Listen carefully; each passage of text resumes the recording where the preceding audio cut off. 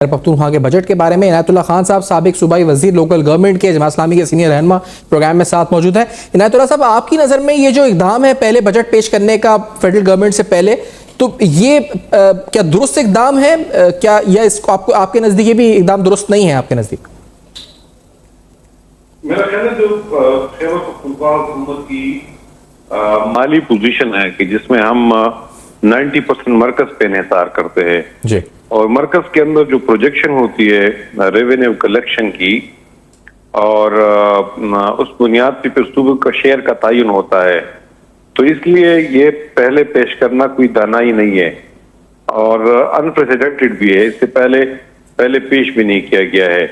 کیونکہ ہماری ڈیویزیبل پول کے اندر شیئر کا تعین ہوتا ہے، اور ظاہر ہے وہ شیئر تبھی اس کا تعین ہوتا ہے کہ جب مرکز اپنا بجٹ پیش کرتا ہے، اس میں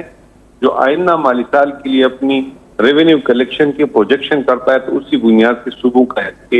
ورٹیکل شیئر کا تعین ہو جاتا ہے۔ اور اس کے ساتھ ساتھ جو صوبے کے اندر گیس اور آئل کے جو رائلٹی ہے، جس کو اسٹیٹ ٹرانسفر کا ہیڈ کہتے ہیں، وہ بھی فیڈرل گورنمنٹ سے آتا ہے۔ نیٹ ہائیڈل پروفٹ بھی فیڈرل گورنمنٹ سے آتا ہے۔ وار آن ٹیرر پہ 1% وہ فیڈرل گورنمنٹ سے آتا ہے۔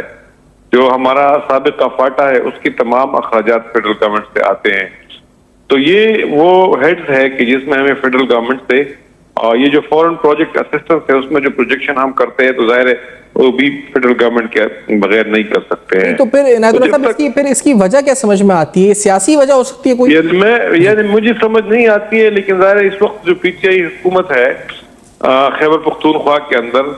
وہ حکومت کی سے زیادہ لگتا ہے کہ وہ یہاں بھی اپوزیشن کے موڈ میں ہے،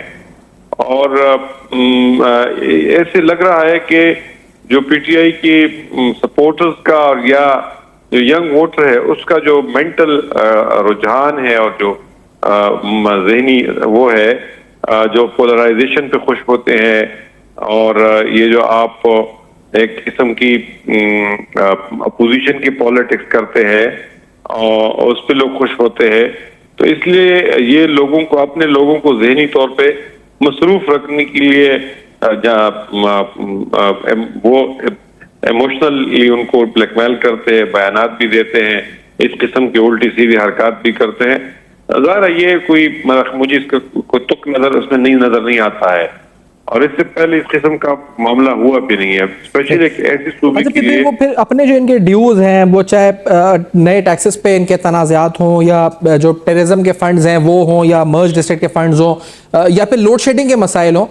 جیسے وہ کہتے ہیں کہ پیسکو کے دفتر پہ قبضہ کر لیں گے، ابھی بھی انہوں نے کچھ دیر پہلے کہا ہے کہ ہم بتائیں گے کہ کیا ہوتا ہے، ہمارا حق کیسے لیتے ہیں۔ تو کیا یہ صوبہ کر سکتا ہے یہ سب کچھ کہ وہ ریسورسز کو روک دے وفاق میں، یا جس طرح کی باتیں وہ کر رہے ہیں؟ صوبے کے اپنے حدود ہے۔ دیکھیں، اس کے لیے آپ آئینی جدوجہد کر سکتے ہیں، اس کے لیے آپ احتجاج کر سکتے ہیں، اس کے لیے آپ صوبائی اسمبلی کا فلور استعمال کر سکتے ہیں، اس کے لیے آپ مرکزی پارلیمنٹ کا فلور استعمال کر سکتے ہیں، اس کے لیے آپ سی سی آئی کا فلور استعمال کر سکتے ہیں۔ آپ ایک ریاست کا حصہ ہوتے ہوئے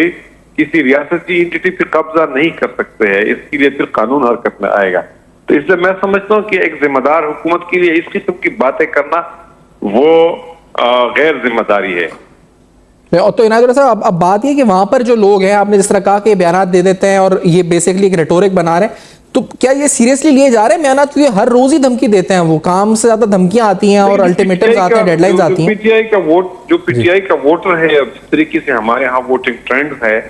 اور جو ینگ ووٹر ہے، ابھی تک تو ینگ ووٹر کو انہوں نے ڈیلیوری پہ اور پرفارمنس پہ اور کارکردگی پہ کنٹرول نہیں کیا ہوا ہے، بلکہ انہوں نے ینگ ووٹر کو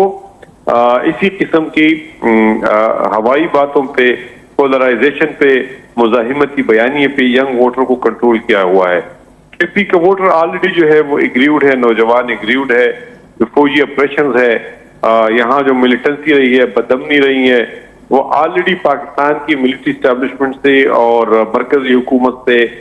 شاکی ہے، اور خیبر پختونخوا کے اندر یہ بیانیہ آلریڈی نیشنلسٹ فورسز نے بھی کیا ہے، اور حقیقت بھی اس میں ہے کہ خیبر پختونخوا کو اپنا جو مالی حقوق ہے وہ نہیں دی جا رہی ہیں۔ تو ظاہر ہے اس سے اس ذہن کو مطلب